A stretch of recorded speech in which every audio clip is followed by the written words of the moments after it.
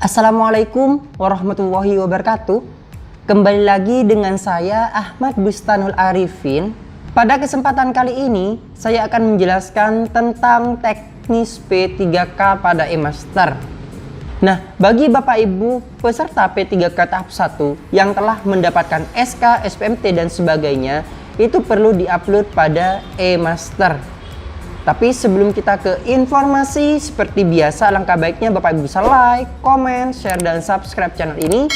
Serta Bapak Ibu bisa berikan informasi ini kepada rekan-rekan Bapak Ibu sekalian.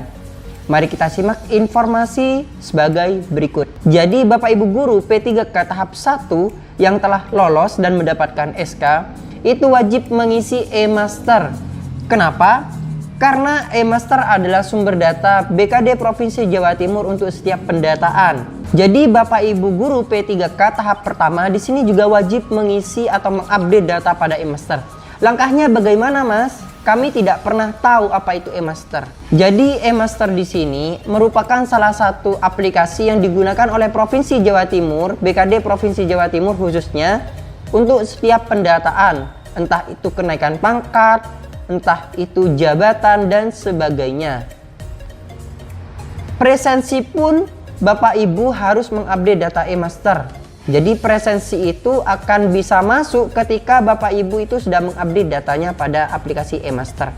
Nah, langkah untuk mengupdate-nya sebagai berikut Bapak Ibu. Jadi bagi Bapak Ibu yang baru pertama tahu tentang e-master, itu masuk pada aplikasi e-master di alamat master.bkd.jatimprov.go.id. Setelah itu Bapak Ibu bisa lakukan enter. Kemudian nanti akan ditampilkan halaman dashboard seperti ini, login area PNS. Nah, di sini Bapak Ibu bisa masukkan username dan password Bapak Ibu. Untuk username, di sini Bapak Ibu bisa masukkan NIP Bapak Ibu. Jadi bisa masukkan NIP 3K Bapak Ibu. Kemudian passwordnya bagi Bapak Ibu yang baru pertama kali dan belum merubah, maka passwordnya di sini adalah ASN Jatim kecil semua untuk P3K. Jadi username-nya adalah NIP 3K Bapak Ibu. Kemudian passwordnya adalah ASN Jatim kecil semua. Dan setelah itu baru Bapak Ibu bisa lakukan login. Setelah ditampilkan halaman dashboard dari e-master, nah di sini untuk ASN atau P3K di sini hanya ada beberapa fitur saja. Tapi bagi fasilitator di lembaga itu ada banyak fitur. Nah, sebelum saya melanjutkan pada proses pengisian, di sini ada yang perlu saya tekankan kepada Bapak Ibu sekalian, khususnya P3K tahap pertama. Untuk unit kerja yang ada di e-master, nah yang ada di sini, Bapak Ibu pastikan sudah benar atau sesuai penempatannya. Jadi harus sudah sesuai untuk penempatannya. Entah itu di SMK mana, SMK mana, SMA mana, itu harus sesuai. Misalnya di sini tidak sesuai penempatannya, maka lakukanlah konfirmasi pada cabang dinas setempat. Jadi Bapak Ibu harap konfirmasi pada cabang dinas setempat. Segera konfirmasi. Kenapa? Misalnya di sini tidak sesuai, jadi lembaganya di sini tidak sesuai dengan penempatan unit kerja di SK Bapak Ibu, otomatis ini tidak masuk pada unit kerja Bapak Ibu. Nah, setelah di sini sesuai, maka itu akan masuk pada unit kerja Bapak Ibu dan pastikan nantinya ada di fitur fungsional. Sampaikan ke operator e-master di lembaganya untuk dimasukkan pada fungsional. Jadi tidak masuk pada SMKN 1 Tapen di halaman awalnya. Tapi nantinya fungsional SMKN 1 Tapen untuk di posisi SKPD-nya. Akan saya jelaskan lebih lanjut berikutnya ini. Misalnya penempatan Bapak Ibu itu sudah sesuai, maka apa yang harus dilakukan, Mas? Langkahnya Bapak Ibu bisa masuk pada master data ASN. Jadi ini yang perlu, yang penting terlebih dahulu. Untuk yang lainnya kita bahas pada kesempatan berikutnya. Nah, di sini akan ditampilkan halaman dashboard untuk master data Bapak Ibu, di mana data-data Bapak Ibu bisa diuploadkan di sini. Entah itu data KK, KTP dan sebagainya itu wajib upload di e-master. Berikut pula untuk SK-SK Bapak Ibu. Kita bahas pada yang pertama. Nah, ini sudah ada di halaman dashboard dari e-master Bapak Ibu. Coba kita masuk pada biodata. Jadi kita cek pada biodata terlebih dahulu. Karena di halaman dashboard di sini ini hanya menampilkan data. Untuk pengisian datanya ini ada di bawah ke sini Bapak Ibu. Coba kita masuk pada biodata. Pada biodata di sini, Bapak Ibu cross check kembali datanya. Mungkin memang sudah ada, akan tetapi mungkin ada sedikit kesalahan, entah itu nama ataupun sebagainya. Bapak Ibu bisa revisi sendiri. Suatu contoh kita lihat saja dari awal. Untuk nama lengkap huruf kapital. Jadi Bapak Ibu di sini diisikan huruf kapital. Kemudian gelar depan ini misalnya ada DORS, kemudian gelar belakang misalnya ada SPD ataupun MPD. Tapi saya yakin di sini SPD semua karena S1 yang digunakan saat pelamaran P3K. Kemudian untuk nama lengkap di sini tanpa gelar ya Bapak Ibu, nama lengkap tanpa gelar. Jadi nama lengkap tanpa gelar, gelarnya diletakkan pada yang di bawah. NIP baru Bapak Ibu isikan NIP yang telah Bapak Ibu miliki saat ini sesuai dengan SK Bapak Ibu. NIP lama Bapak Ibu kosongi karena saya yakin Bapak Ibu tidak memiliki NIP lama. Kemudian NUPTK Bapak Ibu isikan jika telah memiliki NUPTK. Misalnya belum memiliki, Bapak Ibu bisa kosongi. NPWP juga seperti itu. Kemudian nomor karpak ini nanti akan ada mungkin ketika Bapak Ibu pengusulan ke cabang dinas. Kita lanjut berikutnya, status P3K, status kepegawaian CPNS PNS. Nah, di sini Bapak Ibu wajib memilih P3K. Bagi Bapak Ibu guru, P3K tahap pertama sangat wajib sekali. Jadi jangan memilih CPNS maupun yang lainnya. Kenapa? Ini agar tidak salah ya Bapak Ibu. Di sini wajib isi P3K. Status kepegawaian adalah P3K. Oleh sebab itu, cek data Bapak Ibu jangan sampai salah. Sumber gaji di sini bisa dipilih APBD provinsi, kemudian KPPN-nya Surabaya, nomor induk KK-nya yaitu NIK-nya didapat dari KTP Bapak Ibu, NIK Bapak Ibu, tempat tanggal lahir, kemudian tanggal lahir, jenis kelamin, agama, nomor HP, email, semuanya di sini wajib diisi. Kemudian barulah Bapak Ibu bisa lakukan save. Sekarang kita masuk pada poin yang kedua yaitu riwayat pernikahan. Nah, untuk riwayat pernikahan di sini ya isi sesuai data Bapak Ibu. Jadi Bapak Ibu bisa lakukan klik tambah, kemudian Bapak Ibu isi. Misalnya sudah menikah, maka Bapak Ibu bisa isi di sini. Menikah, belum menikah, duda, janda, maka Bapak Ibu isikan. Misalnya belum menikah, ya isikan belum menikah. Dan klik aktif, yes, atau kemudian save, seperti itu.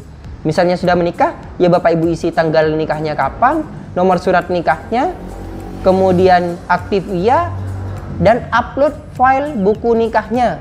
Nah, buku nikah di sini yang perlu Bapak Ibu perhatikan, jangan hanya halaman depan saja, datanya juga Bapak Ibu upload. Jadi satu PDF, kemudian diupload halaman depan, kemudian data-datanya, kemudian scan, upload. Untuk ukurannya di sini tidak lebih dari 1000 KB. Kemudian lakukan save. Selanjutnya pada orang tua. Nah, untuk orang tua di sini Bapak Ibu bisa masukkan edit di sini, diedit nama ayah dan nama ibu di sini mungkin otomatis sudah terisi dari isian Bapak Ibu. Kemudian di sini pensiunan, jenis pekerjaannya apa, Bapak Ibu saya yakin sudah bisa sendiri mengisi. Kemudian dokumen mertua juga sama. Misalnya Bapak Ibu sudah menikah, otomatis di sini Bapak Ibu isikan. Dan Bapak Ibu bisa lakukan edit di sini, fitur edit jika belum terisi, dan isikan datanya dengan lengkap. Kemudian izin perceraian jika ada, jika tidak ada Bapak Ibu bisa abaikan. Lanjut kita kepada kelengkapan. Nah, yang barusan adalah data pribadi, sekarang kita pada kelengkapan datanya, dokumen yang harus diupload. Kemudian kita masuk pada dokumen pendukung. Nah, di kelengkapan dokumen mendukung Bapak Ibu bisa klik. Dan saat ini fiturnya masih belum ada, tapi akan saya contohkan miliknya PNS ya Bapak Ibu yang sudah mengisi seperti apa. Jadi tampilannya Bapak Ibu di sini seperti ini untuk dokumen pendukung. Misalnya Bapak Ibu masih belum terisi, mungkin saat ini masih belum ada datanya atau belum update query-nya di sini, tapi nanti akan sama seperti ini ya Bapak Ibu. Atau ini mungkin tidak terisi karena saya belum melengkapi datanya. Karena hanya ini contoh milik seseorang yang saya tidak tahu datanya, kan saya kosongi, tidak saya save mulai dari tadi. Mungkin di sini tidak muncul. Tapi ketika Bapak Ibu sudah melakukan save, mungkin di sini muncul. Dan munculnya seperti ini. Nah, untuk foto di sini Bapak Ibu, cara mengupload foto Bapak Ibu bisa lakukan edit pada fitur di sini.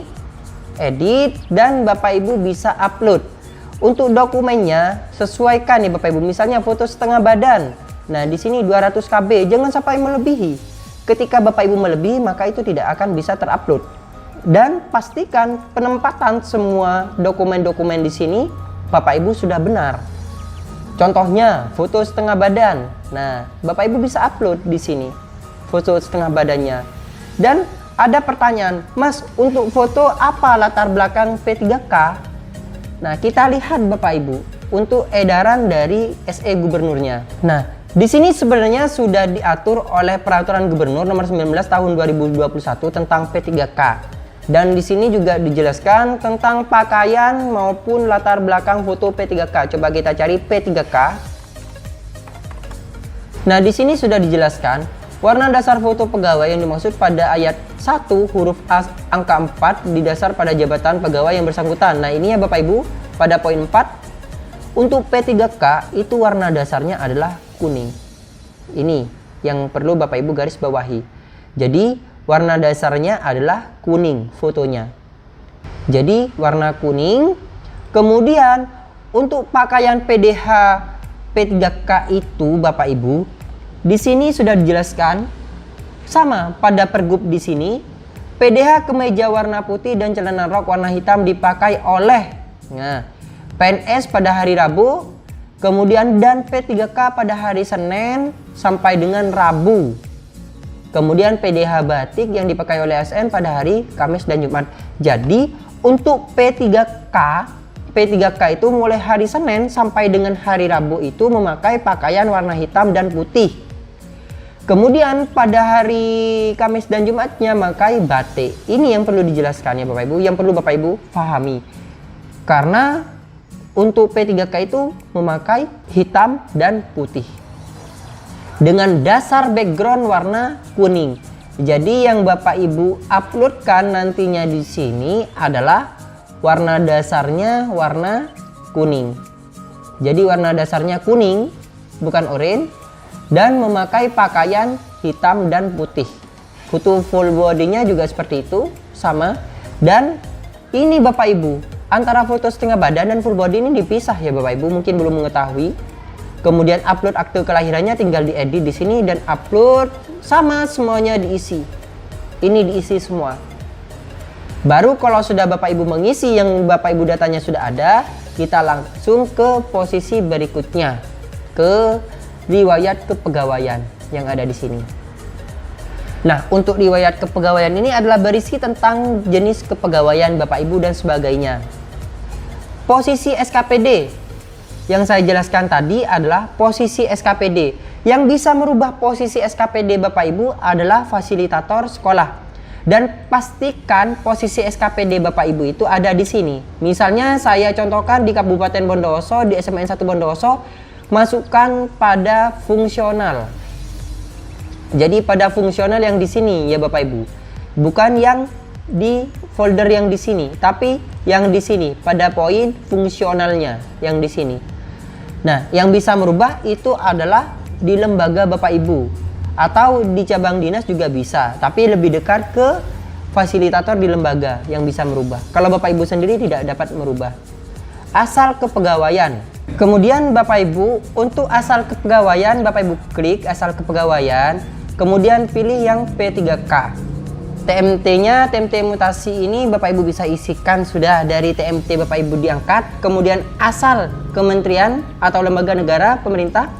Di sini diisi pemerintah Provinsi Jawa Timur. Jadi diisi pemerintah Provinsi Jawa Timur.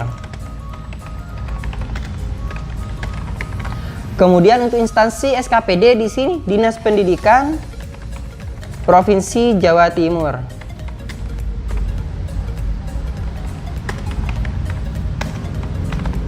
Nah, seperti ini ya Bapak Ibu. Kemudian Bapak Ibu bisa lakukan save. Dan kita masuk pada jenis kepegawaian. Pada jenis kepegawaian, di sini Bapak Ibu bisa lakukan klik tambah, kemudian di sini Bapak Ibu pilih P3K daerah provinsi yang bekerja pada provinsi. Nomor SK-nya, tanggal SK-nya, TMT awal. Nah, Bapak Ibu bisa upload SK P3K Bapak Ibu, kemudian Bapak Ibu bisa lakukan save. Dan selanjutnya kita masuk setelah jenis kepegawaian, kita masuk pada kedudukan hukum. Kedudukan hukum sama, di sini Bapak Ibu bisa lakukan tambah, kemudian hasilnya nanti seperti ini. Yang diupload adalah SKP 3K-nya sama Bapak Ibu. Nah, coba kita lihat. Nah, di sini berarti aktif, tanggal SK-nya, nomor SK-nya, upload SK-nya. Keterangan instansinya adalah Dinas Pendidikan Provinsi Jawa Timur, ya Bapak Ibu. Nah, tanggal akhirnya mungkin ada di SK-nya, bisa dimasukkan. Lanjut kita masuk pada setelah kedudukan hukum, pindah ini mungkin tidak ada, dan diupload SK golongan P3K karena Bapak Ibu bukan CPNS maupun PNS, yaitu untuk CPNS PNS Bapak Ibu kosongi. Tapi kita langsung masuk pada SK golongan P3K. Jadi Bapak Ibu masuknya pada SK golongan P3K. Ingat, masuknya pada SK golongan P3K, bukan CPNS maupun PNS. Barulah Bapak Ibu bisa melakukan tambah dan pilih golongannya, golongan 9 misalnya. Nah, ini Bapak Ibu isi dan upload SK P3K-nya. Nah, karena Bapak Ibu di sini kan status perjanjian kerja kan masih awal, bukan perpanjangan, maka lakukan klik awal. Nanti misalnya ada lagi, Bapak Ibu bisa tambah perpanjangan. Seperti itu selanjutnya. Dan Bapak Ibu ini isi sampai ke bawah, baik itu pendidikan formal, dan dilihat semuanya datanya, diisi sampai dengan benar. Nah, ketika Bapak Ibu tadi mengupload, jadi Bapak Ibu misalnya mengupload foto Bapak Ibu, foto setengah badan maupun full badan, nanti akan masuk pada di halaman dashboard yang tadi Bapak Ibu, di halaman dashboard P3K. Maka akan masuk di halaman dashboard P3K di sini dan fotonya akan tampil nanti ketika Bapak Ibu misalnya sudah mengupload foto full body dan setengah badan. Seperti itu Bapak Ibu. Nah, mungkin sekian Bapak Ibu informasi bagaimana langkah Bapak Ibu untuk update data P3K pada aplikasi eMaster. Mohon Bapak Ibu bisa share ke rekan-rekan Bapak Ibu agar rekan-rekan Bapak Ibu sekalian juga memahami bagaimana langkah untuk mengupdate data P3K di eMaster ini. Dan juga untuk SKP, karena P3K itu diwajibkan untuk mengisi SKP. Nanti akan saya jelaskan pada video tutorial berikutnya. Kemudian untuk presensi, nah untuk presensi Bapak Ibu itu wajib mengisi eMaster terlebih dahulu, baru akan tersinkron pada aplikasi e-presensi Jatim. Ya Bapak Ibu, jadi eMaster terlebih dahulu, nanti akan tersinkron pada e-presensi Jatim. Oleh sebab itu jangan salah penempatan yang saya sampaikan tadi di awal, maka Bapak Ibu harus cek penempatannya. Mungkin sekian informasi kali ini, kurang lebihnya saya mohon maaf. Jangan lupa untuk like, comment, share, dan subscribe channel ini, serta Bapak Ibu aktifkan notifikasi yang ada pada channel ini. Serta pula Bapak Ibu bisa follow Instagram dan TikTok saya di @abarifin_. Terima kasih, semoga bermanfaat. Wassalamualaikum warahmatullahi wabarakatuh.